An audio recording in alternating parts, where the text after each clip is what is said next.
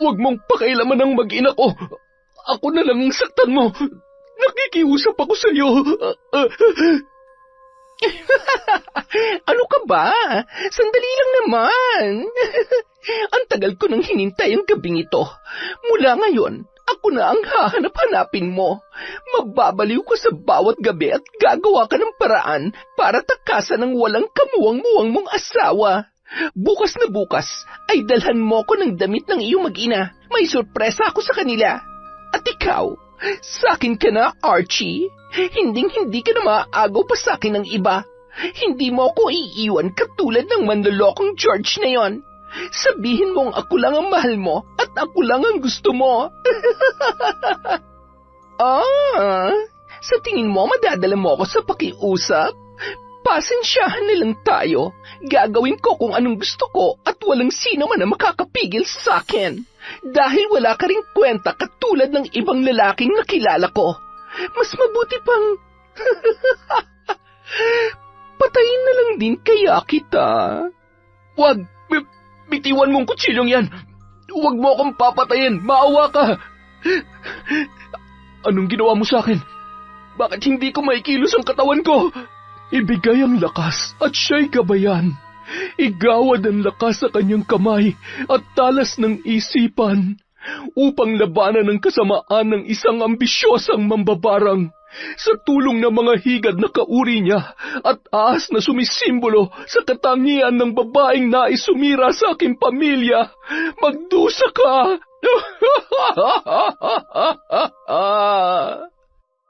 Taon 2013. Sikihor, bandang 8:00 ng gabi, nagmamadaling bumaba ng tricycle si Fina galing sa pamilihang bayan. Namalengke siya para sa pang-isang linggo nilang kakainin ni George. Halos 1 taon na silang nagsasama sa iisang bubong. 2 o 3 beses sa isang linggo kung umuwi ang lalaki. Yun din ang bumubuhay sa kanya dahil wala naman siyang trabaho. Kabilaan ang bitbit niyang mga pinamili at nagkukumahog na buksan ang kanilang tarangkahan. Nang makapasok sa bahay ay nagmamadaling tumungo yon sa kusina at inilapag sa mesa ang kanyang mga pinamili. Nasaan ba si George? Hindi man lang ako sinalubong. Siguro natutulog pa rin sa kwarto. George? George! Anong meron? Anong ibig sabihin nito? Bakit ka nag-iimpake? Pasensya na, Fina. Pero napagtanto ko na mahal ko pa rin ang asawa ko at ang mga anak namin. Itigil na natin to. Hindi ko kayang mawala sila. Hindi. Hindi ka aalis sa pamamahay na to. George, nangako ka sa akin. Ang sabi mo, mahal mo ako. Hindi mo ako pwedeng iwan. Patawarin mo ko. Ang totoo, nagpadala lang ako sa galit at selos kaya nagawa kong pagtaksila ng asawa ko. Fina, may mga anak kami at handa na siyang tanggapin ulit ako sa buhay niya. Hindi mo pwedeng gawin sa akin to. Sinungaling ka. Ginamit mo lang ba ako? Ha? Sumagot ka. Minahal mo pa talaga ako. Pasensya ka na, Fina. Pasensya? Hayop ka! Ang sama-sama mo! Kung iiwan mo ako, mas mabuti pang mawala ka na lang ng tuluyan. Pare-pareho lang kayong mga lalaki. Kung nagawa niyo akong paglaruan, pues kayang-kaya ko rin gawin yun sa inyo pabalik. Ang ulo ko! Anong ginagawa mo? Anong klaseng tao ka? Huwag ka lalapit sa akin. Kampon ka ng dilim. Sana nun ko pa ginamit sa iyong kapangyarihan ko. Sana ginayuman na kita para tuluyan mo nang nakalimutan ang lintik na asawa at mga anak mo. Ang tanga-tanga ko para umasa na may isang lalaki magmamahal pa ng totoo sa akin. Tapos, ngayon, iiwan mo ako?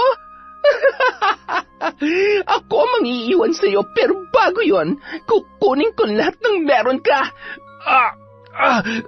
Hindi ako makakailos. Ano ba nangyayari sa akin? Fina, huwag mo kukunin ang pera ko. Ibalik mo sa akin yan! Fina! Kawawa ka naman, mahal kong George. Pasensya ka na, ha? Ikaw naman kasi. Paano ba yan? Ito na ang huli nating pagkikita. Gumapang ka na lang pabalik sa mga anak at asawa mo, ha? Bye! Ang sama-sama mo! Ipapakulong kita! Magnanakaw! Ipapakulong pala, ha? Bumulong ng ilang mga salita si Fina.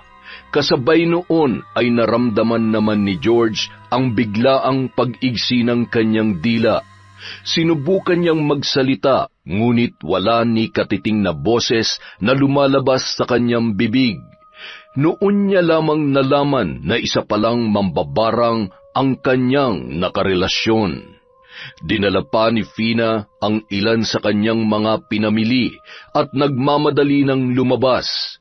Napansin pa yon ng isang tricycle driver na naninigarilyo hindi kalayuan sa kanilang bahay na inuupahan.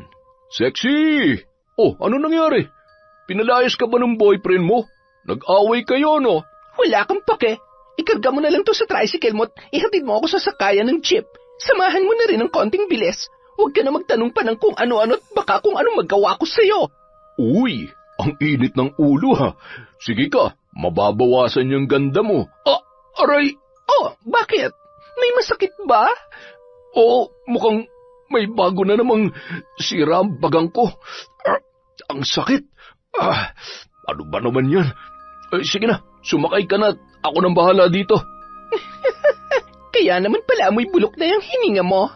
Ay, yan ang dapat sa mga tsismosong katulad mo.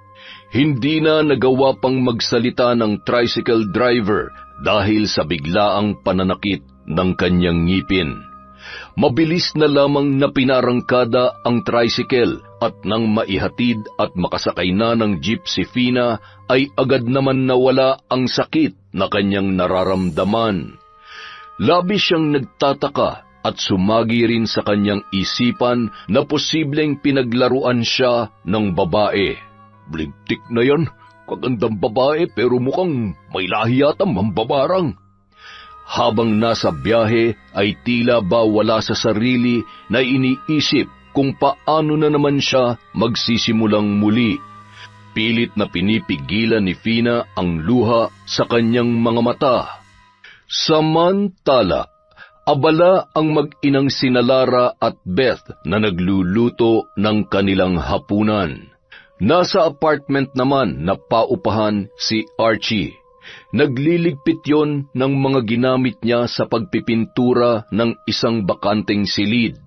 Kaaalis lamang kasi ng umupa roon, kaya naman inayos niya yon para paupahan ulit sa iba. Maliban sa bahay na paupahan ay meron din silang mga pwesto na pinaparentahan. Masipag at masinop ang mag-asawang Archie at Lara, kaya naman marami ang natutuwa sa kanilang pamilya. Beth, anak, puntahan mo nga ang papa mo. Sabihin mo, bukas naman. Kakain na tayo at saka baka gusto niya namang magpahinga. Kaninang umaga pa yung nagtatrabaho doon. Diyos ko, ang tatay mo talaga. Parang walang kapaguran sa mga pinagagagawa niya. Sige po, Nay. Sandali lang po, ha? Pakitingnan-tingnan po muna itong piniprito ko. Sige, anak. Ako na ang bahala dyan. Matipid namang ngumiti si Beth sa mga nangungupahan sa kanila nang batiin siya ng mga yon habang nakatambay sa labas ng apartment. Diretso lang siyang naglakad papunta sa kanyang ama at napatigil, sabay humakbang pabalik at napataas ang kilay. Itong anak ni Archie, maganda kaya lang may pagkasuplada Ganito po talaga ako, Mang Justin, pero hindi naman po masama ang ugali ko. Ngumisi yun, sabay naglakad na ulit papunta sa kanyang ama. Wala naman akong sinabi pambihirang bata. Nabasa niya talaga ang isip ko. Siya, papasok na ako, kinikilabutan ako dito. Nagtawanan na lamang ang mga naroon. Sanay naman ang mga yon sa pagiging palabiro ng matanda, kaya hindi nila sineryoso ang sinabi noon. Bulaga! Oh, nanggulat ka pa talaga? Ano, namimiss na daw ba ako ng mama mo? Opo, pa. Malapit na nga pong umiyak eh. Tayo na. Kumain na po muna tayo. Napagod po ba kayo? Nako, mukhang natuyuan na naman po kayo ng pawis. Pagagalitan kayo niya ni Mama. Hay, ako na po magdadala niyang iba. Tara na po, pa. Maganda bang pagkakapintura ko, anak? Ano sa tingin mo? Oo naman po, pa. Ang ganda. Super ganda. Parang ako lang. Siyempre, mas maganda ang prinsesa namin, lalo na kapag ganyang nakangiti ka. Sana nakikita rin ng mga nangungupahan sa atin yung ngiti mo, no? Ayoko nga. Alam niyo po, mahirap kapag nasobrahan sa bait. Di bali ng mukha ko maldita, para naman may kinatatakutan sila, lalo na kapag naniningil ng upa. Kaya tingnan niyo, kapag ako naniningil, lahat sila nagbabayad, pero kapag ikaw at si Mama, hay nako, lagi na lang wala pa. Bukas na, sa susunod na. Ay, nako, anak. Sige na. Panalo ka na. O siya, sana may bago na ulit na umupa para walang bakante. Malay niyo po mamaya, may kumatok na kaagad. Pinapairal mo na naman yung pagiging manghuhula mo. Papa, basta kapag may bagong uupa, tawagin niyo ako ha. Ako magsasabi kung pwede o hindi. Bakit naman? Basta po. Papa, isang tingin ko pa lang kasi, alam ko na kung mapagkakatiwalaan o hindi ang isang tao eh. Ay, o sige na, para walang gulo. Oo na po. Mukhang ang sarap ng niluluto ng mama mo ah. Correction, Papa. Ako po nagluto nun. Marunong na rin po ako dahil lagi akong tinuturuan ni Mama. Ang swerte-swerte ko talaga. The best talagang mama at papa ko. At syempre, nagmana ka sa amin. Dahil the best din ang prinsesa namin. Halina kayo dito. Huwag na kayong magbulahang mag-ama dyan. Agad nang naghain ng hapunan si Lara at tinulungan na rin yun ni Beth habang nagpapalit ng damit si Archie. Masayang nagkukwentuhan ang mag-anak habang kumakain. Pagkatapos ay agad na ring tumungo sa silid si Beth. Maaga kasi ang alis niya kinaumagahan dahil mag-e-ensayo siya kasama ang mga kabataang choir member ng kanilang simbahan. Habang nanonood ng TV ang mag-asawa ay agad na may kumatok sa kanilang pintuan. Mabilis naman yung pinagbuksan ni Archie. Nang makita niya ang bag na bitbit ng babae, ay napagtanto niya ang pakay noon. Agad naman na sumunod si Lara sa kanyang asawa. Patuloyin mo muna. Dito mo na lang muna ilagay yung bag mo. Salamat po. Siya si Lara, ang misis ko. At ako naman si Archie. Sige, tuloy ka at umupo ka para makapag-usap tayo ng maayos. Alanganin ang punta mo. Gabi na. Buti at gising pa kami mag-asawa. Saan ka ba nanggaling? Sa kabilang baryo lang po. Marami po kasi akong inasikaso kaya inabot ako ng gabi. Tapos nagtanong-tanong pa po ako bago ako nakarating dito. Buti nga ho, mabait yung tricycle driver na nasakyan ko at kilalang kilala rin ho kayo. Nabanggit niya rin ho sa akin na mabait kayo mag-asawa. Ay, nako. Sayang at tulog na ang anak namin. Naipakilala sana namin sa'yo. Ipinaliwanag ni Archie ang kanilang patakaran sa mga nangungupahan. Nagbigay na rin ng 1 month advance at deposit yon. Sinadya namang ipakita ni Fina ang napakarami niyang hawak na pera. Hindi naman binigyan ng mali siya ng mag-asawa yon, lalo na't nagpakilalang may sariling negosyo ang babae. Halika na't ihatid ka namin. Ito palang susi mo. Maraming salamat po sa inyo. Matapos maihatid ng mag-asawa ay tuwang-tuwa si Fina, lalo na nang dinalhan at pinahiram siya ng ilang gamit nina Archie. Maliban kasi sa mga damit at personal niyang gamit ay wala naman siyang ibang nadala, lalong-lalo na ang mga kagamitan sa kusina. Kumain na lamang ng tinapay yon at bumili ng tubig sa noon ay nakabukas pang tindahan para maibsan ang gutom na kanyang nararamdaman. Busog na rin sa wakas. Makapasok na nga sa kwarto. Ang sakit ng katawan ko. Agad na nakatulog ang babae, dala ng matinding pagod sa kanyang biyahe. Samantala, nagpatuloy sa pagkukwentuhan ang mag-asawang sina Archie at Lara habang nakahiga na sa kanilang kwarto. Alam mo, mahal, mula nung dumating si Beth, sobrang sinuwerte na tayo, no?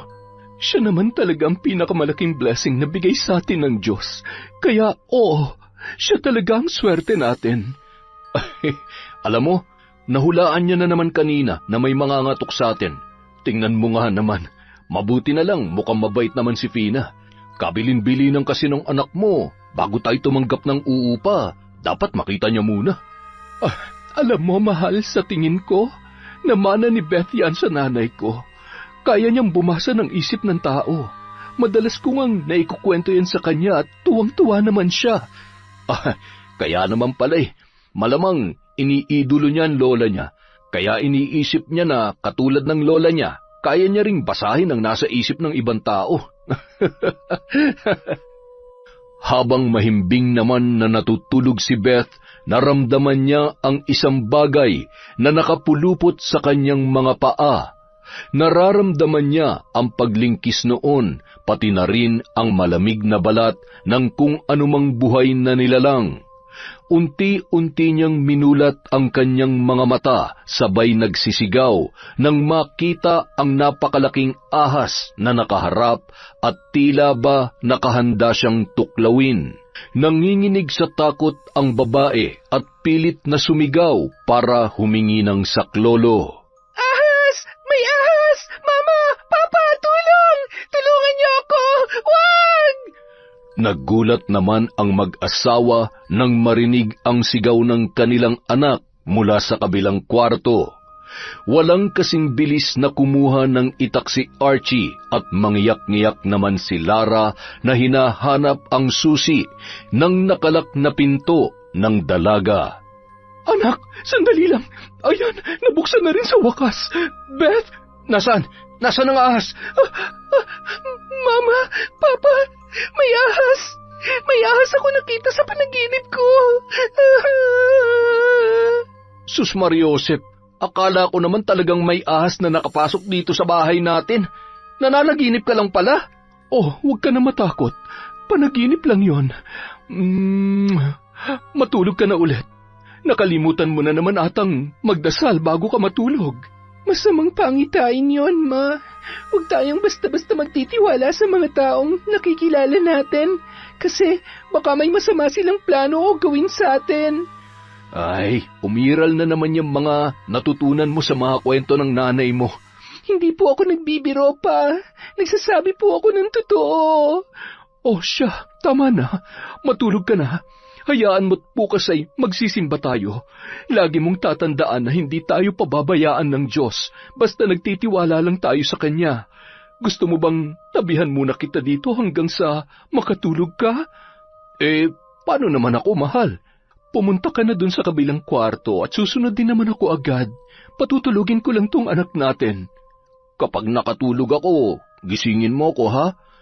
Ano? Ikaw talaga? Sige na. Hahampasin kita nitong unan Papa, huwag ka na maingay. Sige na. Susunod na ako.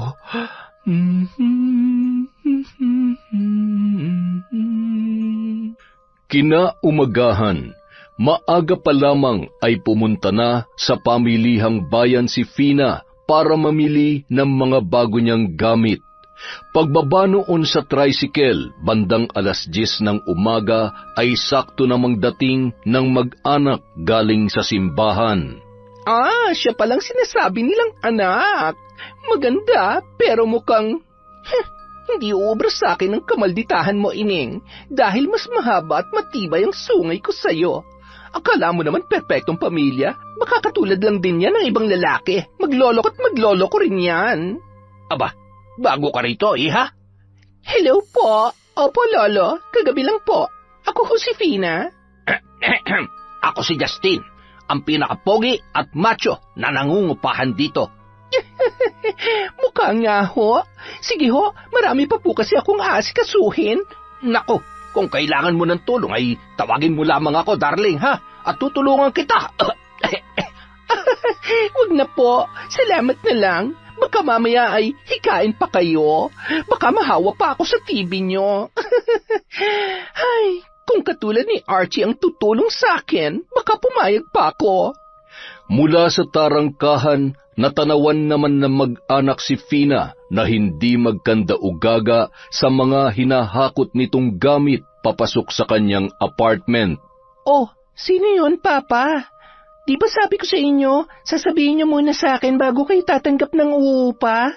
Anak, huwag ka mag-alala. Nakausap namin siya ng papa mo kagabi. Mabait naman siya at magalang. Maayos din kausap. Oo nga naman, anak. Isa pa, mukhang hindi naman tayo mamumroblema sa paniningil dahil marami rin siyang pambayad. Hay, hindi naman po yan ang ibig kong sabihin. Lahat naman po kasi mabait sa umpisa, pero paglipas ng mga araw, lalabas din ang tunay na kulay ng kaliskis niyan, parang yung ahas na nasa panaginip ko kagabi. Ay, naalala ko tuloy. Sandali lang po pupuntahan ko lang. Anak, mamaya na. Oo nga naman anak, busy pa siya. Mabuti pa'y magpalit na tayo ng damit at tulungan mo muna ako magluto. Mahirap na baka biglang magbago ang isip kapag nakausap mo at lumipat pa yan sa iba. Okay lang. Tutulungan ko pa siya maghakot ng gamit. Ay, Sus Mariosep, galing naman kami sa simbahan. Pero bakit parang... Papa, maldita lang ako. Nagsasabi ako ng totoo at kung anong nararamdaman ko, pero hindi naman po ako masamang tao. Nagulat na lamang si Archie sa sinabi ng kanyang anak bago yun pumasok sa kanyang kwarto. Wala naman kasi siyang sinabi dahil nasa isip niya lamang yun. Mahal, mukhang may kakayahan ngang magbasa ng isip ng tao yung anak mo. Sabi ko sa iyo magbihis ka na rin at basang-basa na yung likod mo ng pawis. Matapos magluto ng tanghalian ay masaya silang nagsalo-salo. Habang kumakain, sakto namang dating ni Fina. Dahil nakabukas ang pintuan, dumiretso na yun sa loob. Tao po, pasensya na po, tumuloy na ako. Bukas po kasi yung pintuan. Oh, Fina, ikaw pala. Tuloy ka. Kumakain lang kasi kami.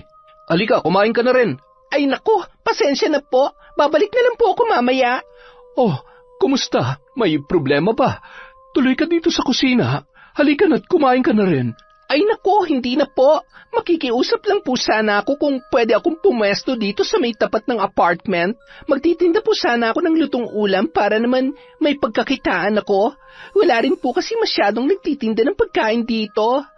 Ay, sige, wala namang problema. Ano sa tingin mo, mahal? Oo, okay lamang yon. Tama yung naisip mo. Isa pa, malaking tulong sa mga taga rito yan.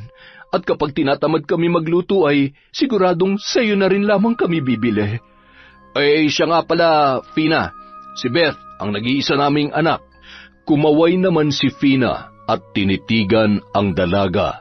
Nagtama lamang ang kanilang paningin at hindi man lamang nginitian yon ng kanilang anak. Yumuko lamang yon at nagpatuloy sa pagkain. Nakaramdam naman ng kakaiba si Fina kaya agad na rin yung nagpaalam matapos magpasalamat sa mag-asawa. May kakaiba talaga sa batang yon. May kakaiba siyang enerhiya na hindi ko may paliwanag. Hindi ko kayang titigan ang mga mata niya. Hay, napapraningan yata ako. Ang bait naman ng mag-asawa, lalong-lalo na si Archie. Ang gwapo niya at sa tingin ko ay napaka-responsable niyang asawa.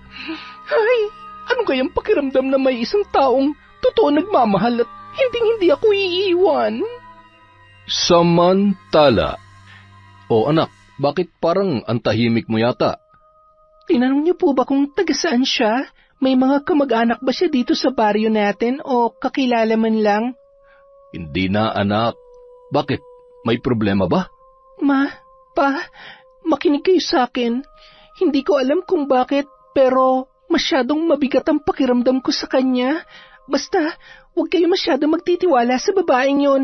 Lalo ka na, Papa. Oh, bakit ako? Kumain na nga lang tayo. Anak, wala na bang masamang mag-ingat sa mga bago nating kakilala? Pero wag din tayong masyadong mapanghusga. Hindi rin naman tama yun. Mama, hindi ko naman siya hinuhusgahan. Ang sabi ko lang naman po, mag-ingat po tayo. Wala naman po akong sinabi na mali tungkol sa kanya. Oy, Esya. O na mahal namin prinsesa. Kumain na lamang tayo at... Ayan, lumamig na tuloy ang sabaw. Pagkalipas ng 1 buwan, abala sa pag-aaral si Beth at ang mga magulang niya sa kanilang negosyo. Marami na ring nakikilalang mga customer si Fina na puring-puri naman ang kanyang masarap na luto. Laging pinipilahan ng mga mamimili mula alas 8 hanggang alas 12 ng tanghali. Kabisado niya na rin ang oras at alis ng mag-anak sa araw-araw dahil binabantayan niya ang mga yon. Humahanap kasi ng tiyempo ang babae para masolo at makausap ng sarilinan si Archie. Hindi niya kasi mapigilan na humanga sa lalaki. Ayan, napakaganda ko na. Siguradong mauubos ang paninda ko ngayon. Sabado ngayon, mamimili sa bayan ng mag-ina, kaya may iwan na mag-isa si Archie. Siguradong bibili siya ng almusal sa akin mamaya. Kailangang may sagawa ko ng plano ko. Ayaw ko namang habang buhay na magpakahirap ng ganito.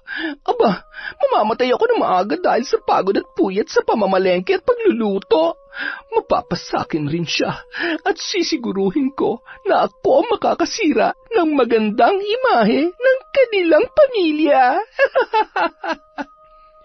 Agad na nung hinakot ang kanyang mga paninda papunta sa kanyang pwesto. Ilang sandali lamang marami na ang nagdagsaang mamimili. Nung sakto namang paubos na ang kanyang almusal ay siya namang dating ng isang lalaki. Uy, sakto, may isa pa. Magkano yung pansit? Ay, pasensya ka na. Meron ng may-ari niyan. Akin na lang yan. Dadagdagan ko pa ng 5 piso. Ang kulit naman ng pangit na ito. Hindi talaga pwede, Pogi. Bayad na kasi yan eh. Kung gusto mo, magkanin at ulam ka na lang. Mas masarap to at mas mabubusog ka pa. Ang daya mo naman, Fina. May pinapaboran ka ata eh. Eh siya, isang kanin at isang gulay na ampalaya na nga lang. Oh, ayan na. Huwag ka na magtampo. Pinasobrahan ko ng isang gayat yan. Nang makaalis ang lalaki, ay siya namang paglabas ni Archie para bumili ng almusal. Good morning, Fina. Anong almusal natin dyan? Nako, mukhang naubusan na yata ako ah. Napasarap kasi ang tulog ko eh. Hindi ako ginising nung mag-ina ko bago umalis. Nako, walang problema. Tinirhan kaya kita. Sa'yo na yan. Nag-iisa na lamang yan. Uy, hindi pwede. Oh, etong bayad. Hindi pwedeng libre at malulugi ka niyan. Masyado ka namang natatakot na malugi ako. Sige na ho, kunin nyo na yan. Eh siya, sige. Salamat na lamang dito sa paalmusal mo ha. Sakto. Gutom at humihilab ng tiyan ko. Walang anuman. Pakabusog ka. Ayan na. Kapag nakain mo ang pansit na yan, gabi-gabi ay hahanapin mo ang aking presensya, Archie. Unti-unti kang manlalamig sa iyong asawa. Bibigyan kita ng maraming dahilan para piliin mo ko at makalimutan mo na may anak ka at asawa. Agad namang kinain ni Archie ang pansit at sinabayan niya pa yun ng kape at pandesal. Ang sarap din talaga magluto nitong si Fina, pero parang may kulang. Iba pa rin talagang luto ng mahal ko. Naalala yata ako ng mag-ina ko ha. Siguro papauwi na sila. Pagkatapos kumain ay nakaramdam naman yon ng labis na antok. Ay, ano ba naman at inaantok na naman ako? Kagigising ko lang.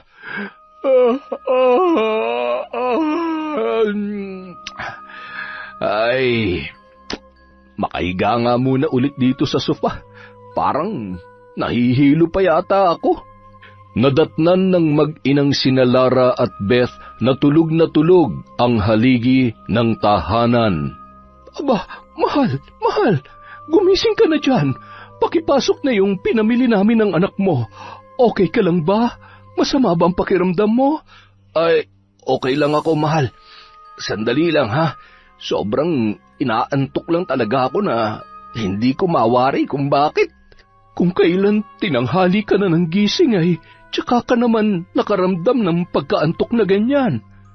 Buong maghapon na matamlay at hindi halos makausap ng maayos ng mag-ina si Archie. Wala din yung ganang kumain. Pagkatapos magligpit ng dalawa sa kusina, ay napansin nilang hindi man lamang nanood ng palabas sa TV si Archie na dati nitong nakagawian. Ano bang nangyayari sa papa mo? Ngayon ko lamang siya nakitang ganyan katamlay at parang wala sa sarili. Wala naman daw masakit sa kanya at wala rin siyang lagnat. Ay... Huwag kayong mag-alala, Ma. Magiging maayos rin ang pakiramdam ni Papa. Pwede mo naman siyang gamutin gamit ang aklat na pinamana sa iyo ni Lola. Hindi po ba? Hindi niyo po ba alam kung paano gamitin yon? Magpahinga na rin po tayo, Ma. Huwag kayong mag-alala kay Papa. Baka po napagod lang yan kahapon. Matapos maghilamos at magpalit ng damit, ay umupo si Beth sa kanyang kama. Pagkatapos ay humiga at patuloy sa pag-iisip ng kung ano-ano. Hindi naman magawang makatulog ng dalaga, kaya naman nagpapagulong-gulong lamang yon sa higaan. Kinuha niya na lamang ang paborito niyang aklat, pagkatapos ay nagbasa ng tahimik. Sa kabilang kwarto naman, tulog na rin si Lara. Nakayapos yun sa kanyang asawa. Ilang sandali pa ay tila wala sa sarili na iminulat ni Archie ang kanyang mga mata. Nagpalingon-lingon yon nang marinigan ang bulong na hindi niya malaman kung saan nagmumula. Archie, puntahan mo ako. Archie?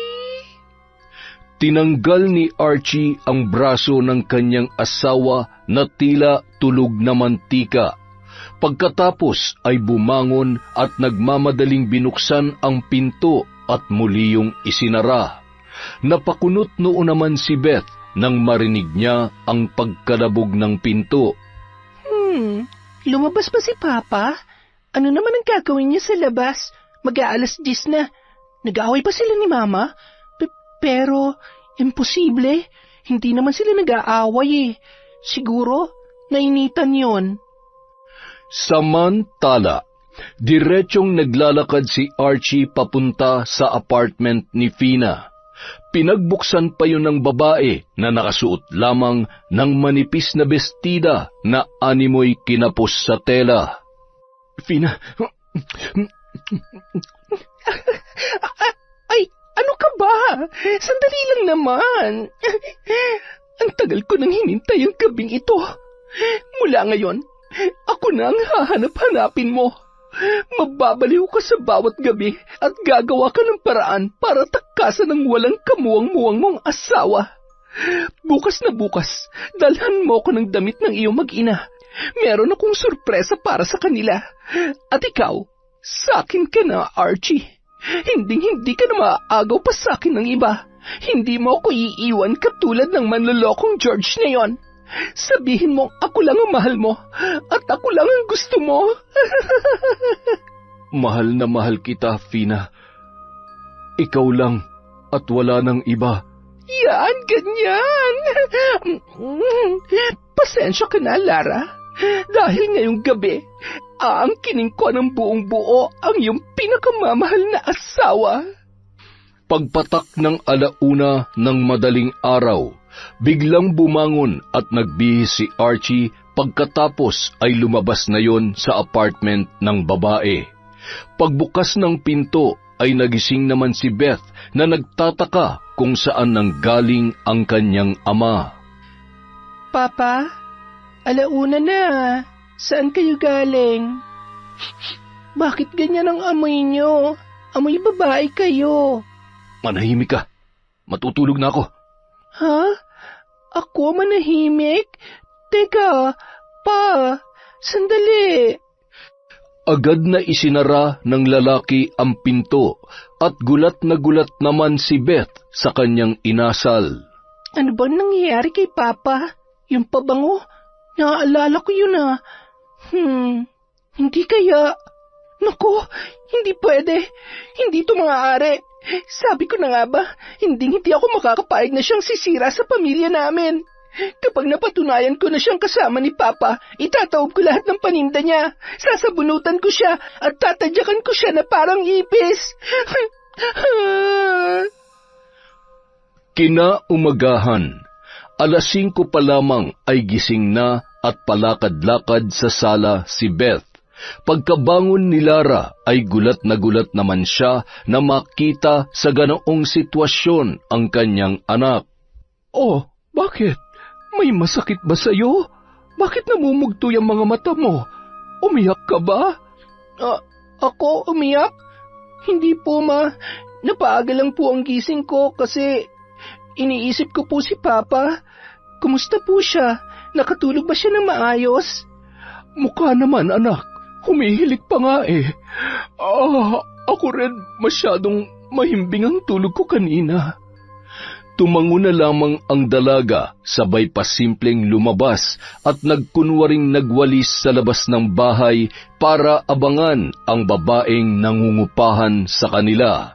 Sakto namang dumaan si Fina na napakaganda ng pagkakangiti habang bitbit ang mga pinamili sa palengke. Good morning, Beth. Ang sipag mo naman. Good morning. Hindi kaya good ang morning ko. Tanungin mo naman ako kung bakit. Oh, bakit? May problema ba? Oh, meron. Isang ahas na aali-aligid dito sa amin ang problema ko. Ahas na mahilig gumapang sa lungga ng may lungga. Nakakatakot. Para lang ding higad na, masyadong makate. Ano bang ibig mo sabihin? May pinariringgan ka ba? Pinaparinggan mo ba ako?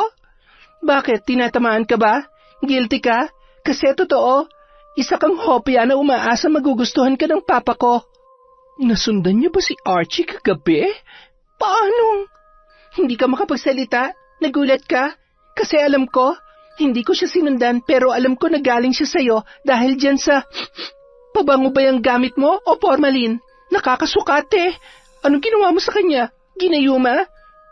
Tumigil ka! Hindi ko alam yung mga sinasabi mo. Hindi totoo yan. Napakasinungaling mo naman.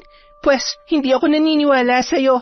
Mabuti pa mag-impake ka na at magpakalayo-layo bago ko pa sabihin kay Mama at sa lahat kung anong klaseng babae ka. Ganon. Magsusumbong ka. Sabi ko na nga ba, may kakaiba sa'yo. Nababasa mo ang isip ko. Pero ewan ko na lang kung magagawa mo magsumbong sa mama mo. Tinitigan ni Fina si Beth at nag-usal yon ng mga salita. Bago pa man sila binati ni Mang Justin ay tumalikod na si Beth at pumasok sa loob ng bahay. Hawak nun ang bibig at patakbong humarap sa salamin at ibinuka ang kanyang bunganga. Umigsi ang dila niya at napuno ng singaw ang kanyang bibig. Oh, anak, bakit? Ano nangyari? Naiiyak naman yon na tila ba natataranta at sumisenyas sa kanyang ina. Hindi makapaniwala si Lara sa nangyari sa kanyang anak na si Beth. Ano ba nangyayari? Yung papa mo lutang, ikaw naman ngayon, hindi makapagsalita. Pilit na hinihila ni Beth ang kamay ng kanyang ina, sabay pinaupo yun sa sofa at kumuha siya ng lapis at papel para isulat ang kanyang gustong sabihin. Ngunit bago niya pa man maisulat ang pangalawang titik ng salitang kanyang sasabihin ay nawalan na yon ng malay. Beth, anak, tulong! Archie, gumising ka dyan! Tulungan mo ko! Anak, gumising ka! Bumangon naman si Archie at binuhat si Beth papunta sa kanyang kwarto, ngunit hindi man lamang yun nagsalita at walang bakas ng pag-aalala para sa kanyang anak. Diyos ko naman, ano bang nangyayari? Pinaglalaruan ba tayo ng pagkakataon? Ang mga daliri nila sa kamay, hindi. Pinaglalaruan ng mag-ama ko ng isang hindi pangkaraniwang nilalang. Kung sino ka man, humanda ka sa akin. Anong kasalanan ng mag-ama ko para gawin mo ang bagay na ito? Agad na kinuha ni Lara ang mga gamit na iniwan sa kanya ng kanyang ina. Nasa sekundarya siya nang huli niyang gamitin yon. Isang aklat na naglalaman ng mga salita kung paano manggagamot at mambabarang. Depende sa kahilingan at sa taong nagmamay-ari nito kung ito ay gagamitin sa kabutihan o sa kasamaan. Bago pa man magsimulang magritual si Lara, ay may narinig siyang boses mula sa kanilang sala. Pasensya na kung bigla na lamang akong pumasok. Ano kasi nakita kong tumakbo papasok si Beth kanina. Nag-alala lang ako kasi parang hindi siya okay. Nawalan ng malay si Beth. At si Archie naman, laging nasa kwarto, nakatulala at wala rin sa sarili. Albularyo ang tatay ko. May alam ako kung paano ko sila matutulungan. Hindi madali pero nasisiguro kung manunumbalik sa normal ang kaligayan nila. Ano pang alam mo maliban sa panggagamot? Wala na. Yun lang naman. Ay, salamat sa pag-aalala. Kapag hindi pa gumanda ang kalagayan nila at kinailangan kong tulong mo, tatawagin kita. Sige na, asikasuhin mo na mga paninda mo. Kayang-kaya ko namang alagaan ang mag-ama ko. Mahigpit na yumakap si Lara at pasimpleng kumuha ng hibla ng buhok ng babae. Malakas ang kutob niya na may kinalaman yon sa nangyayari sa kanyang mag-ama. Sige, aalis na ako. Basta kapag kailangan mo ng tulong, nandito lang ako, ha? Bago umalis ang babae, ay lumabas si Archie at masayang nakatitig yon kay Fina, na animoy nag-uusap ang dalawa gamit ang kani-kanilang mga mata. Makalipas ang ilang sandali, isinara ni Lara ang pinto at sinimulan na ang kanyang ritual. Pagkatapos mag-usal ay hinipan niya ang bunbunan ni Archie at hinawakan ang kamay nito. May kung anong usok na lumabas sa mga mata nun at pagkatapos ay tumakbo yun papunta sa banyo at sumuka ng sumuka. Matapos mailabas ang lahat ng kinain ay nanumbalik na yon sa normal niyang kaisipan. Grabe ang pait. Ano nangyari? Okay ka lang ba? Bakit parang alalang-alala ka? Nakakainis ka. Anong pinakain sa'yo ng Fina na yon, ha? Alam mo ba kung anong ginawa niya sa'yo? Ano? Mahal naman. Maliban sa bumili ako ng pansit, wala naman akong maalala. Napakasama niya. Ano bang gusto niya mangyari? Hindi ko maintindihan kung bakit pero malakas ang hinala ko na siyang nasa likod ng lahat ng ito. Si Beth, siya lang ang makakasagot sa lahat ng mga katanungan natin. Hindi pa rin siya nagigising. Masyadong malakas ang barang na ikinabit niya sa anak natin. Teka, naguguluhan ako. Bakit at paano naging mambabarang si Fina? At saka, anong dahilan niya para gawin sa atin to? Naging mabuti naman tayo sa kanya. Hindi ko rin alam, Archie. Maaring tama ako na siya mismo ang mambabarang at meron din siyang alam kung paano gumamit ng itim na kapangyarihan. Wala nang sinayang na panahon ang mag-asawa. Malugod namang sinunod ni Archie ang mga bagay na pinapakuha at pinapagawa sa kanya ni Lara. Sa pamamagitan ng isang ritual ay nagkamalay at nanumbalik na sa normal si Beth. Agad na niyakap nun ang kanyang mga magulang at inilahad ang mga nangyari. Kinayuman niya si Papa, kaya bumangon si Papa at may nangyari sa kanila. Nagsasabi po ako ng totoo. Gusto niyang agawin sa atin si Papa. Hindi siya titigil hanggat hindi kanya nakukuha sa amin ni Mama. Anak, hindi magandang biro yan. Kahit kailan hindi ko magagawang pagtaksila ng mama mo. Hindi ko maaatim na may mangyari sa pagitan naming dalawa ng babaeng yun. Pero nagawa niyo na po dahil wala kayo sa inyong sarili. Isa siya mambabarang at dahil nalaman kong sikreto niya, binarang niya ako para hindi makapagsalita at makapagsumbong kay mama. Marami pa siyang pinaplanong masama. Kailangan na natin siyang paalisin kung hindi. Mas mahihirapan tayong labanan siya kung hindi natin alam ang bawat plano niya. Kailangan niyo ring magpanggap na nasa impluensya pa kayo ng kanyang kapangyarihan. Ilang sandali lamang, bigla na lang nandilim ang paningin ni Lara at nanghina. Mahal, Beth, hindi ako makakita. Wala akong makita. Nanghihina ako. Sinusubukan niya akong kalabanin. Nilalabanan niya ang lakas ng kapangyarihang taglay ko. Anak, kunin mo ang kwintas na nakalagay sa pulang sisidlan. Isuot mo sa akin. Hindi niya ako maaaring matalo. Hindi niya maaaring malaman na ako mismo ang nanggagamot sa inyo. Malakas din ang kanyang kapangyarihan at nararamdaman ko na hindi rin siya takot pumatay. Mangyari lamang ang kanyang gusto. Nang maisuot ng babae ang kwintas, ay bumalik ng doble ang kanyang lakas. Sabay sinabayan niya yon ng orasyon na lalong magpapalakas ng kanyang kapangyarihan. Kumuha rin yun ng tubig at nagsulat sa papel, sabay pinainom sa kanyang asawa at anak. Mama, anong gagawin natin? Hindi tayo pwedeng matalo ng bruhang yon. Pagkatapos ng ginawa niya sa amin ni Papa, hindi ako makakapayag na pati ikaw masaktan niya. Kailangan natin magantihan ng malanding babaeng yon. Kung ako ang dahilan kung bakit niya nagawa to, ako rin ang magiging daan upang matalo natin siya. Pero kailangan natin maging maingat. Hindi tayo dapat magpahalata na alam na natin ang ginagawa niya. Ma, subukan kaya nating magsanib puwersa para labanan siya. Hindi ba't magiging mas malakas ang anumang kapangyarihan kapag ginamit ito ng nakatakdang tagapagmana? Ako po yun, di ba? Ako ang nag-iisang tagapagmana ni Lola. Magiging mas malakas na mambabarang ako sa inyo, Ma. At magagawa ko siyang labanan. Isa pa, kaya ko siyang paglaruan. Natatakot ako, anak. Ayoko mapahamak ka. Hindi ko kaya.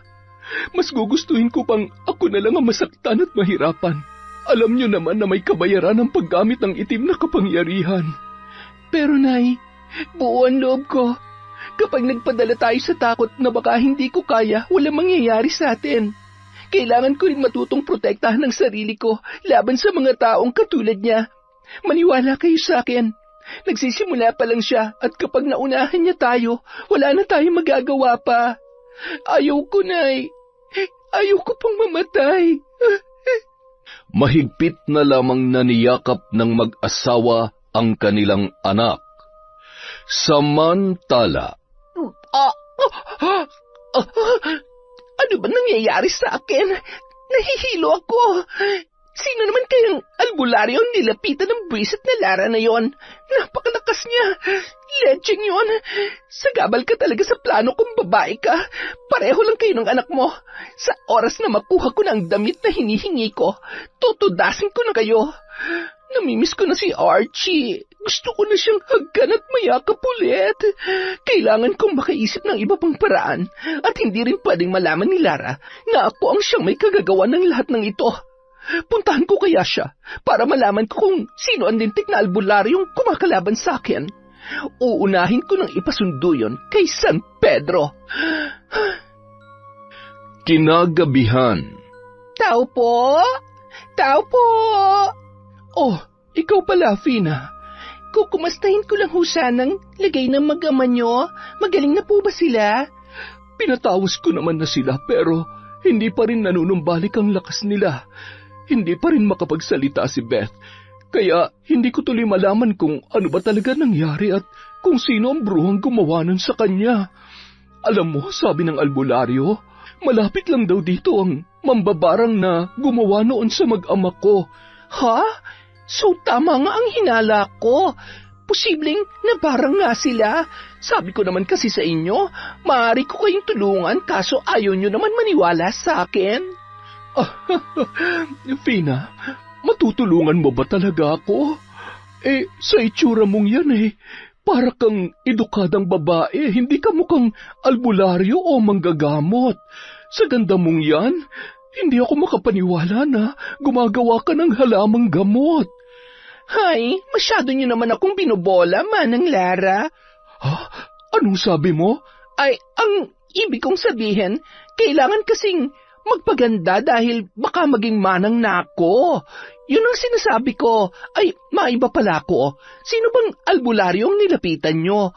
May ibebenta kasi akong langis na natutunan ko sa tatay ko noon. Baka sakaling makatulong at magustuhan niya. Para-paraan talagang bruhang ito. Nakakagigil.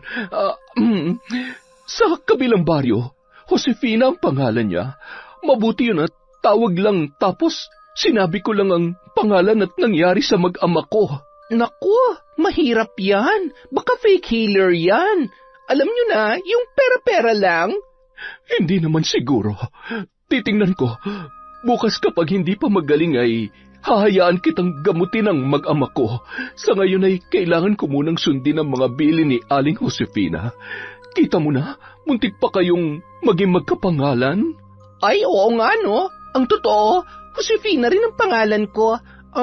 Sige po, baka nakakaabala na ako. Ipagdarasal ko na lang na sana gumaling na ang mag-ama ninyo. Inihatid pa ni Lara si Fina sa may pinto sabay gigil na isinarayon. Ang hirap talagang maging mabuting tao kapag maraming pakalat-kalat na abusado. Napakagaling magpanggap. Siguradong sanay na siyang gumawa ng kalokohan. Pasensya ka na, Fina. Sa pagkakataong ito, sisiguruhin ko na hindi ka magtatagumpay na sirain ang pamilya ko. Bandang 10:00 ng gabi, nakahanda na ang mag-anak para sa kanilang pinaplano. 3 katok ang narinig ni Fina mula sa pinto. Nakakunot ang noo na tiningnan ng babae ang muka ni Archie. Ang aga mo naman.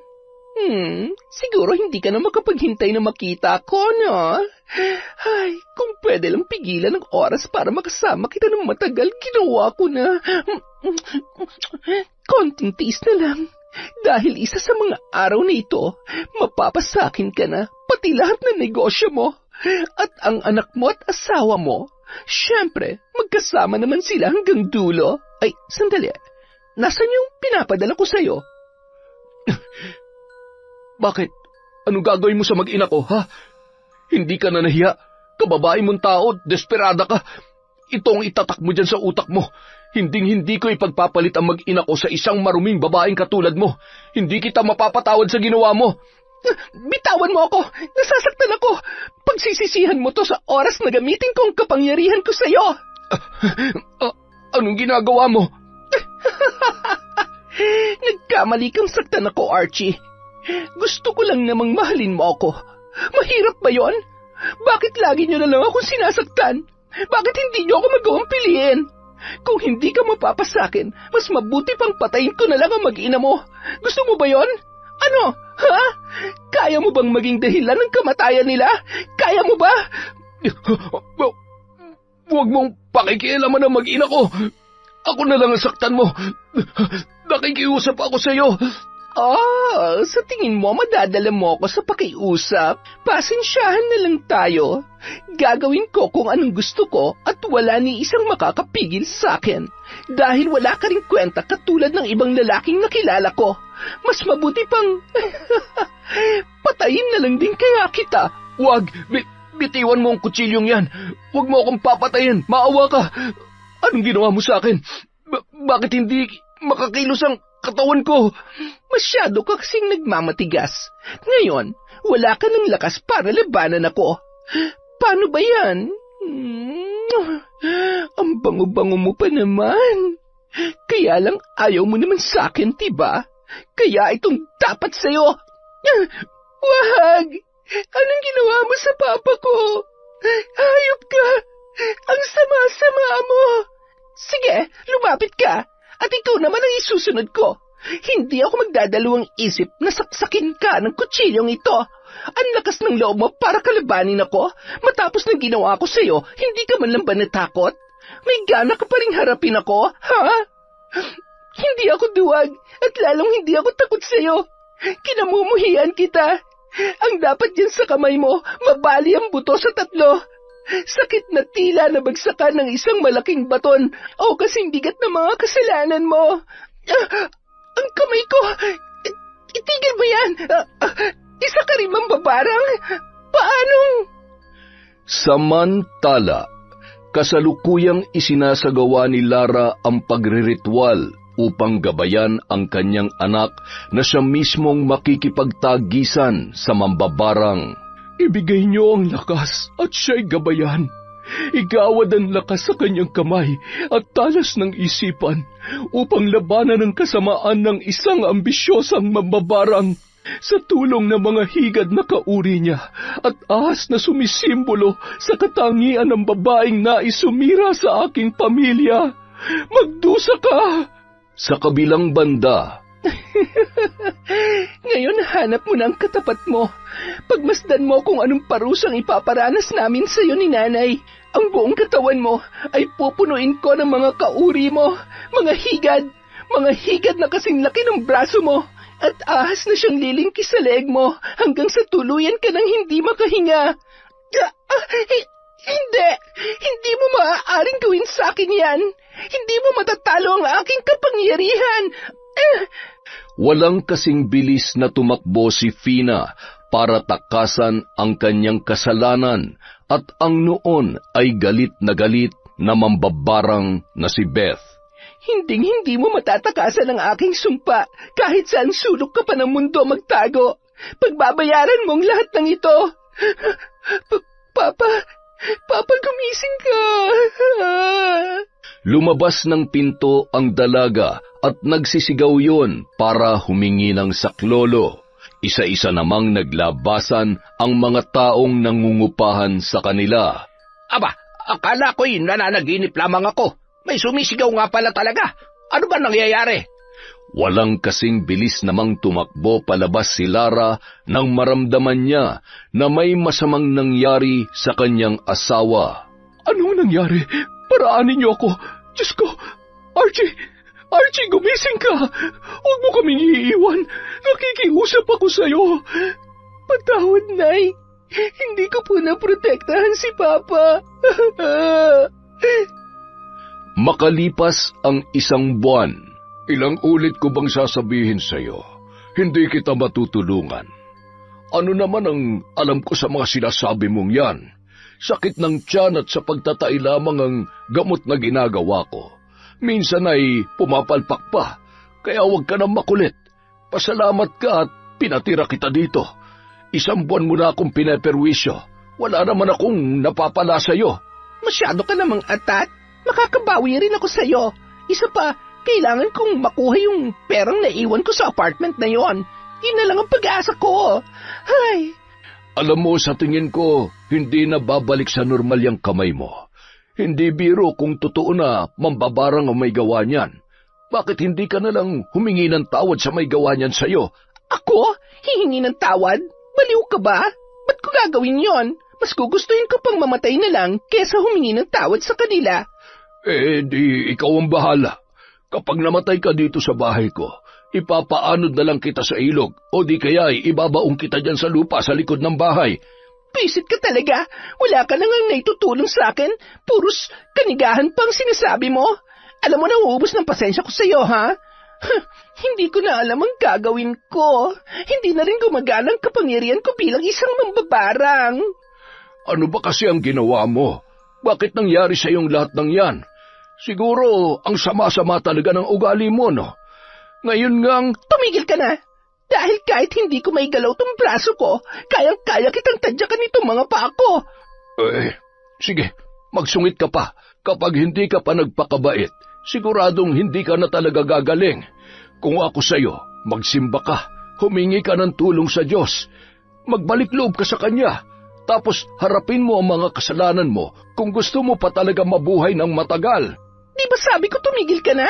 Bakit lagi mo na lang akong pinangungunahan? Hindi nga ako mahal ng Diyos na yan. Kasi sinubukan ko naman. Nagpakabait ako, pero ano? Paulit-ulit lang din ako niloloko at inaabuso ng mga taong minahal ko. Hala, huwag kang umiyak. Gusto mo bang uminom para mailabas mo ang lahat ng saloobin mo? Bakit? May alak ka ba? Bibili ako. Sandali lamang, ha? Teka nga, nangasar ka ba? Paano naman ako iinom nito? Kita mo naman, kung sa pagkain nga sinusubuan mo pa ako tapos magiinuman tayo. Visit ka? Buisit ka rin, pero huwag ka mag-alala. Ako ang bahala sa'yo. Bibilang kita ng straw.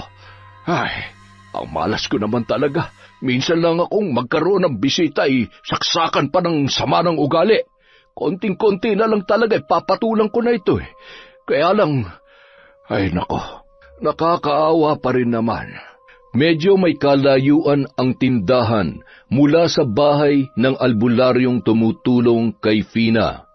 Doon napadpad ang dalaga nang tumakas yon mula sa karatig lalawigan.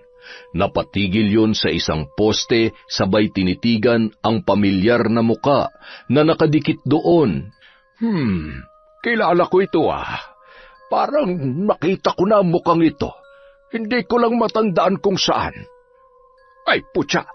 Oo nga, si Fina ito Aba, sikat palang bisita ko ngayon. Ano bang nakasulat na ito? Hindi ko naman mabasa. Di bale, babalitaan ko na lamang siya. Nang makabalik, ay tuwang-tuwa ang albularyo na ibinalita kay Fina ang kanyang nakita. Nag-iisip ka ba? Ang hina talaga ng utak mo kahit kailan. Bakit ka ba nagagalit? Ayaw mo nun, sikat ka? Hindi ka nakakatawa. Aray ko, ang sakit. Nabasag yata ang itlog ko. Kapag ako nabaog, makita mo. Buti nga sa'yo. Mukhang hindi ka naman talaga totoong albularyo. Hindi mo ba alam kung anong ibig sabihin ng nakita mo? Wanted ako. Ibig sabihin, anumang oras ay huhulihin ako. Kaya wag na wag mo sasabihin kapag may nagtanong sa'yo kung nasan ako, ha? Malilintikan ka sa'kin. Patay. Sabi ko pa naman. Nako, paano kaya ito? Siguradong magsusumbong ang mga tropa kong tambay.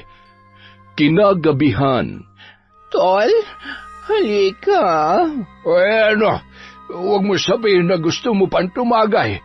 Abay, wala na akong pambili. Hindi. Suklayan mo naman ang buhok ko. Ang pangit-pangit ko na. Hindi na ako maganda, Hindi na ako makapag-lipstick man lang. Maganda ka pa rin naman. Sandali lang ha. Pasensya ka na dito sa suklay ko. Medyo madumi. Hanip naman ang suklay na yan. Ano ba talagang kulay niyan? Itim o puti? Sa pagkakaalala ko'y puti yan dati. Huwag ka nang magreklamo. Ang sabi mo suklayan kita. Hindi kuskusan to. O ayan, ang importante, masuklayin natin tong buhok mo. Fina? Bakit? Yung buhok mo. Ang ulo mo. Tingnan mo. Ha? Anong ginawa mo? Wala. Sadyang naglalagas lang talaga at...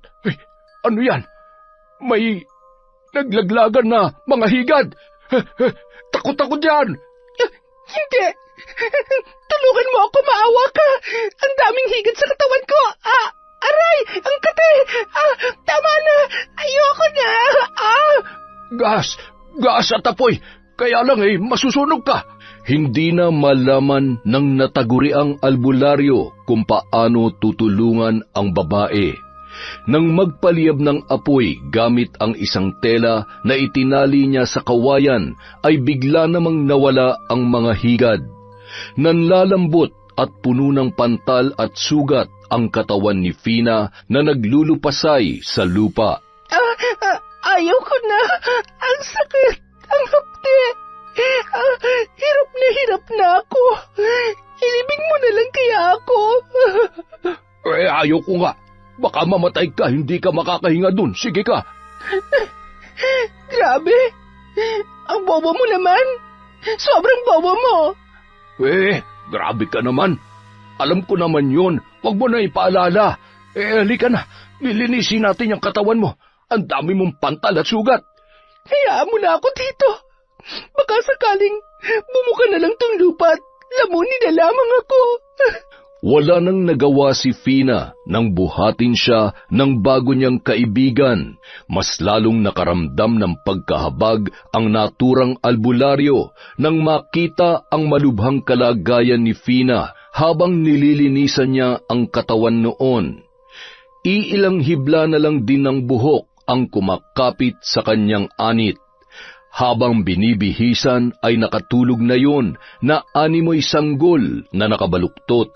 Agad na ring nahiga ang babae matapos sindihan ng albularyo ang maliit na lamparang degaas na magsisilbi nilang liwanag ng gabing yon. Bandang 12:00 na ng gabi, nagising siya nang marinig ang tila nahihirapang humihinga na si Fina. Nakabuka ang bibig nito at nagpupumiglas na animoy sinasakal.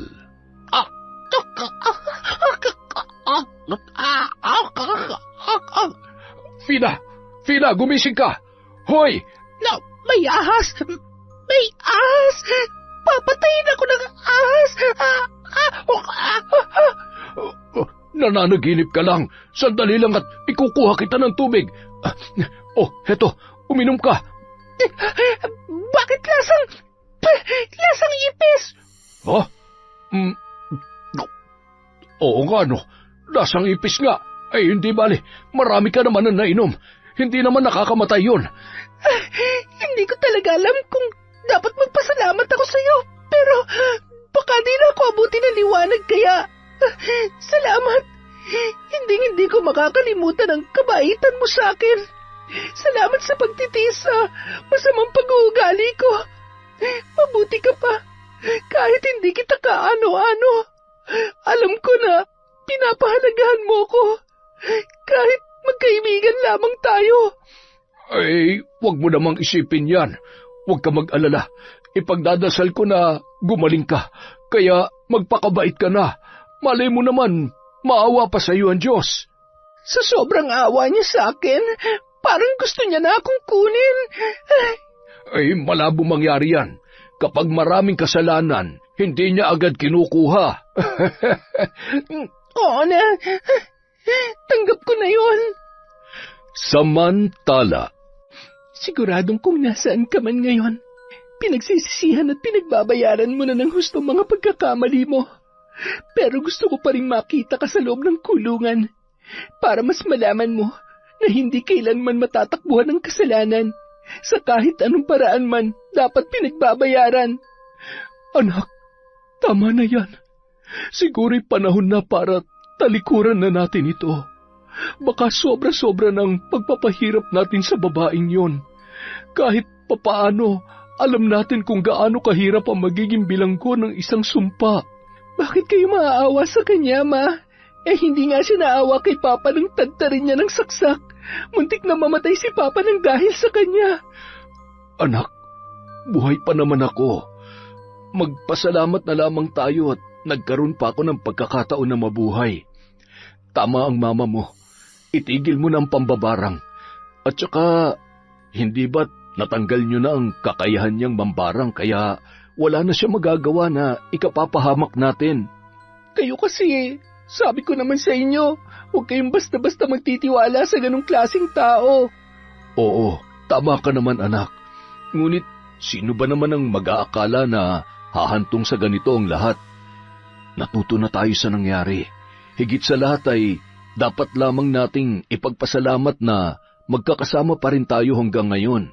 Para sa kapayapaan ng lahat, palayain mo na siya sa sumpa ng barang.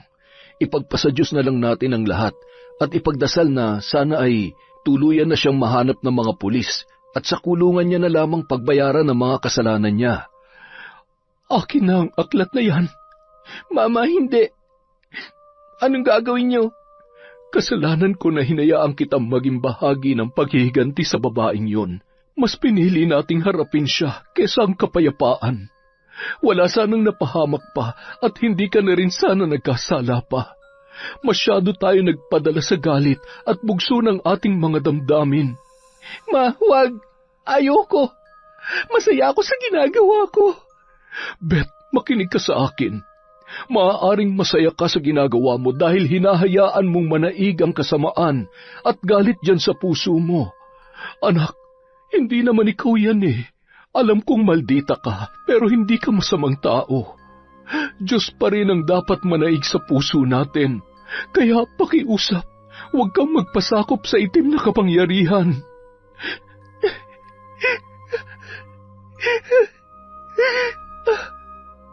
Anak, Beth, ano nangyari? Huwag kang mag-alala. Ako ang dahilan kung bakit nawalan siya ng malay. Diyan ka lang. Bantayan mo siya. Kailangan ko lang sunugin ang lahat ng ito para matapos na. Gusto ko ng tahimik na buhay katulad ng dati.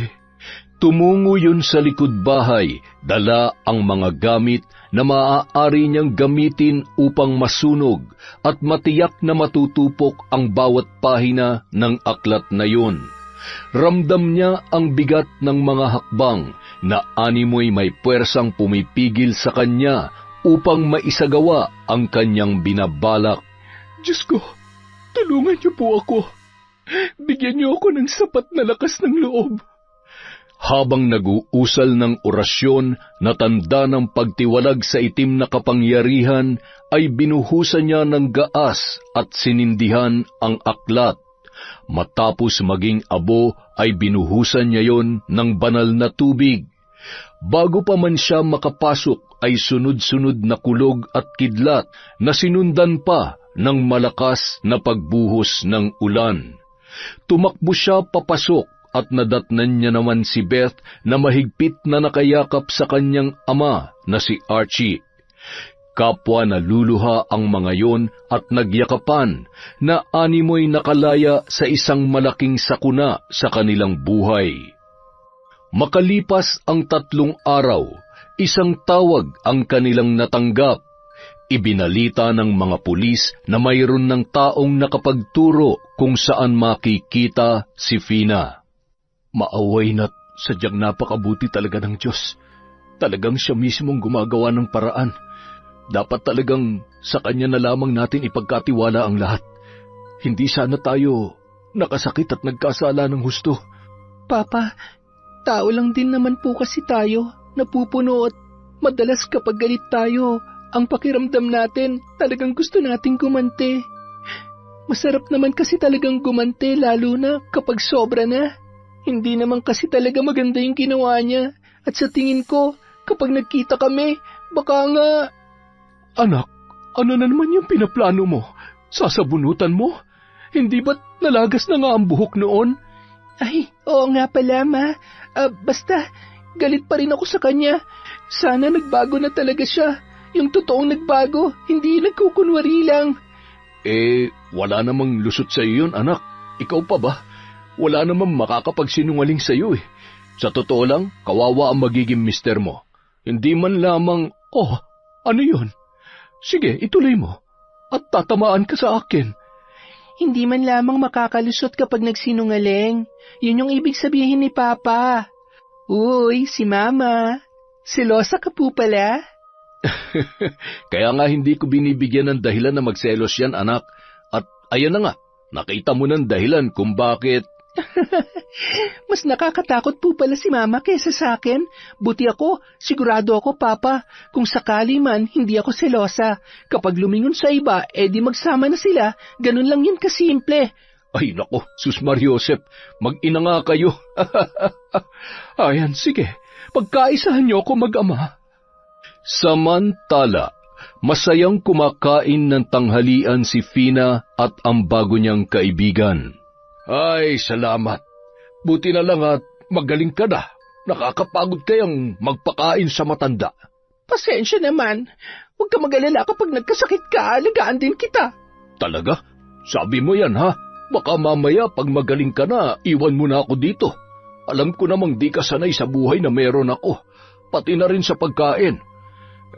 Wala eh. Ito lang ang nakasanayan at kaya ko.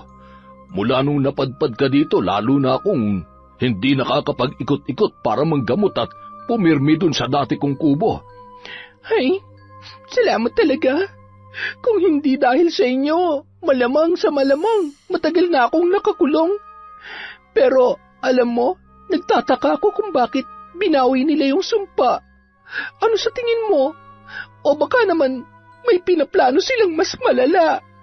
Malay mo napatawad ka na nila. Napagod na silang maghintay na magpakabait ka, kaya sumuko na sila. Ito naman, para namang sinasabi mo na hanggang ngayon, masama pa rin ang ugali ko. Sa totoo lang, pinagsisisihan ko na rin naman talaga ang lahat. Lahat-lahat. Dapat hindi ko hinayaan yung sarili ko na isisi sa mga taong nanakit sa akin lahat ng mga kamalasan sa buhay ko. Tapos nandamay pa ako ng mabubuting tao. Ang dami ko na ring nasaktan at muntik mapatay dahil sa pinaggagawa ko. Baka nga, nakapatay talaga ako eh. Hindi ko na alam. Lagi kasi akong tumatakas sa lahat ng mga kalokohan at kasalanan ko. Hindi rin ako makontento sa buhay na meron ako. Kapag nakakakita ko ng oportunidad, sinusunggaban ko. Hindi na ako nag-iisip at wala akong pakialam kung tama man o mali ang ginagawa ko. Wala, mukhang bumabait ka na nga. Patay tayo dyan. Mamamatay ka na ba? Loko ka talaga. Gusto mo unahin kita? Panira ka talaga ng moment. Maya-maya, napalingon sila nang biglang may dumating na mga alagad ng batas. Huwag kayong kikilos na masama. Sumama na lamang kayo sa presinto. Nagkatinginan ang dalawa at kusang loob na sumama sa mga pulis. Bakit naman pati ako? Pwede namang dalawin na lamang kita sa kulungan. Sayang yung mga pagkain doon. Sigurado mapapanis yon. Makukulong na nga tayo. Pagkain pang iniisip mo. Hay, ewan ko sa'yo. Huwag ka mag-alala, akong bahala. Sisiguruhin ko na hindi ka makukulong. Wala ka naman talagang kasalanan. At saka, ikaw pa nga ang dahilan kung bakit natuntun tayo. Pasalamat ka talaga, mabait na ako ngayon. Kung hindi, matatadyakan kita ulit. Makalipas ang 3 araw, nakalabas din sa kulungan ang kaibigan ni Fina na albularyo. Malungkot yung umuwi sa kanyang tahanan dahil hindi na siya sanay na mag-isang namumuhay. Ay, ano bang gagawin ko? Mag-isa na lamang akong kumakain. Sa kulungan, marami sana kaming magkakasama. Libre pang pagkain. Wala na rin mga away sa akin dito. Ay, pwede pa kaya itong kainin? Sayang naman. Kaya lang mukhang... Ano ba ito? Amag ba o tutong? Amag nga yata. Makapagsaing na nga lamang ng kamote. Sa kabilang banda, magkakasamang pumunta sina Archie, Lara at ang anak nilang si Beth sa kulungan kung saan nakakulong si Fina. Hindi naman makapaniwala at nakayukuyon na umupo habang nakaposas ang mga kamay. Kung nandito kayo para sumbatan ako, saktan o kahit ano pa man, tatanggapin ko. Gusto ko lang sanang magpasalamat dahil sa kabila ng mga nagawa kong kasalanan sa inyo. Napatawad niyo pa rin ako. Nagawa niyo pa rin akong palayain sa sumpang ikinabit niyo sa akin. Kung ako masusunod, hindi ka namin patatawarin. Buti na lang talaga sobrang bait ng mama at papa ko. Hindi tulad ng iba dyan, sobrang... Anak, tama na. Mukha namang nagsisisi na siya sa mga ginawa niya. Alam mo, walang tama sa ginawa mong panggugulo sa pamilya namin, Fina. Kung ano man ang dahilan at pinagdadaanan mo na nagtulak sa'yo para gawin yon, hindi pa rin tama. Ngunit, gusto na naming mamuhay ng payapa, kaya pinapatawad ka na namin. Basta ako pa, wala akong sinasabi ha. Wala pa. Okay lang naman kung hindi mo ako mapatawad, Beth. Naiintindihan kita. Paano naman kita patatawarin? Hindi ka naman nagsasorry. Okay ka lang? Sorry. Sorry sa lahat ng mga nagawa ko. Buti naman at bumait na to. Okay, pinapatawad na rin kita. Sorry din kasi, alam mo na, yung buhok mo, yung higad, yung sugat, kati-kati at yung mga pangungot mo. Ako lahat ang may gawa nun. Pero si Mamang nagturo sa akin, kaya pareho kami may kasalanan sa'yo. Mama, mag-sorry ka na rin sa kanya para makauwi na tayo.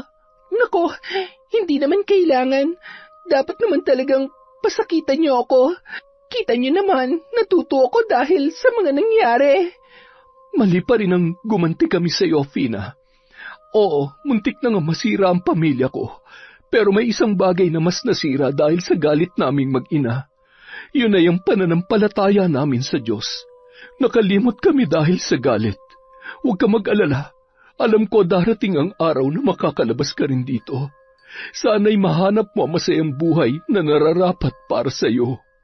Mahigpit na niyakap ni Lara si Fina at napahagulgol naman ang babae sa pinaghalong lungkot at tuwa na sa wakas ay isang parte ng buhay niya ang napalaya na.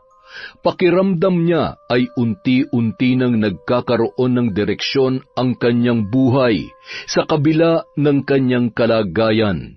Iniabot din nila sa babae ang ilan sa mga gamit at bag na naglalaman ng personal na gamit at pera nito.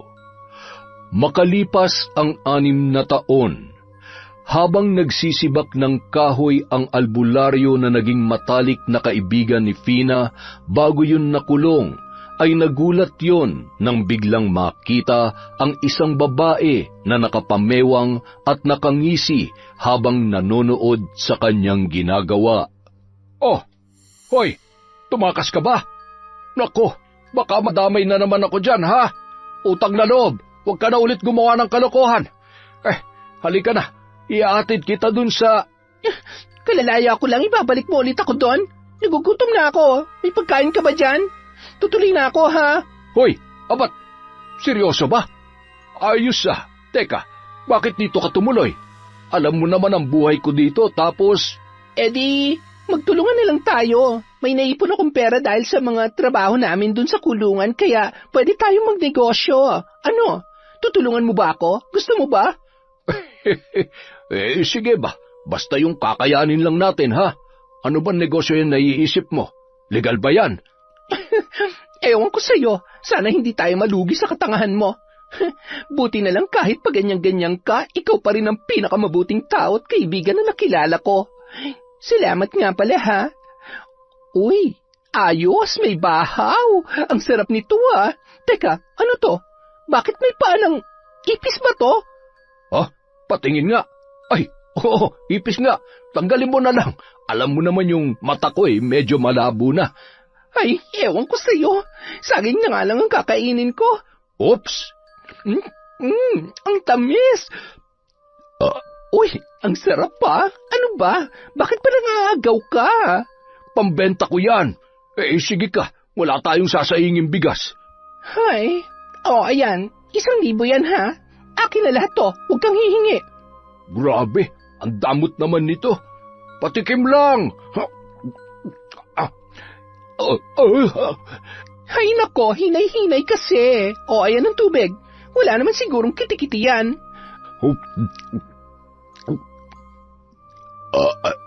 Ay, salamat naman. Samantala, Ma, Pa, yuhu! Nandito na po ako. Mano po? Oh, may kasama ka pala. Tuloy ka, iho. Kaklase ka ba ni Beth? Opo, kaklase ko po siya. Huwag ka na mahiya. Sabihin na natin ang totoo. Hindi naman magagalit si na Papa at Mama. Hindi po ba? Anak, ang ibig mo bang sabihin? Ay, Diyos ko, masyado pa kayong bata para... Mahal, kunin mo yung sinturon ko. Dali! Ho? Teka, Papa, galit ka ba? Bakit kayo nagagalit? Hindi po ako buntis. Hindi ko siya boyfriend ba? Nandito siya para ipaalam sa inyo kung pwede akong sumama sa swimming namin. Magbe-birthday kasi siya at imbitado lahat kami mga kaklase niya. Pinilit ko lang naman siya na tulungan ako magpaalam sa inyo. Hi! Bakit? Wala naman akong sinasabi ano kasi, maluwag tong shorts ko. Pumayat yata ako Sinungaling kayo, Papa. Alam mo namang, hindi bali na nga lang. Basta papayagan niyo naman po ako, di ba? Tanungin mo yung nanay mo. Kung papayag siya, walang problema sa akin. Sige na, dalaga ka naman na at paminsan-minsan ay kailangan niyo rin yan. Basta mag-iingat kayo doon at huwag kayong iinom, ha? Ay, akala ko naman di ka papayag. Teka, hindi ba't ikaw yung kaklase ni Beth mula nung elementary? Opo. Anak, siya ba yung sinasabi mo na crush mo? Opo, Inamin ko na po sa kanya kaya huwag niyo na po akong i-booking. Sinabi ko rin po sa kanya na kapag may trabaho na ako at isa na akong engineer, magpapakasal na kaming dalawa. Magkakaroon kami ng 6 na anak at wala siyang karapatang lumingon sa iba dahil sinabi ko sa kanya na dati akong mambabarang kaya... Ay, sus Mariosep, Diyos ko namang bata ito. Aatakihin ako sa puso sa mga pinagsasasabi mo eh. Nagtawanan na lamang ang tatlo dahil sa sinabi ng anak nina Archie at Lara. Yon! Isa na naman pong magandang kwento mula sa kwentong Enteng. Maglilista lang po ulit tayo para sa shoutout natin.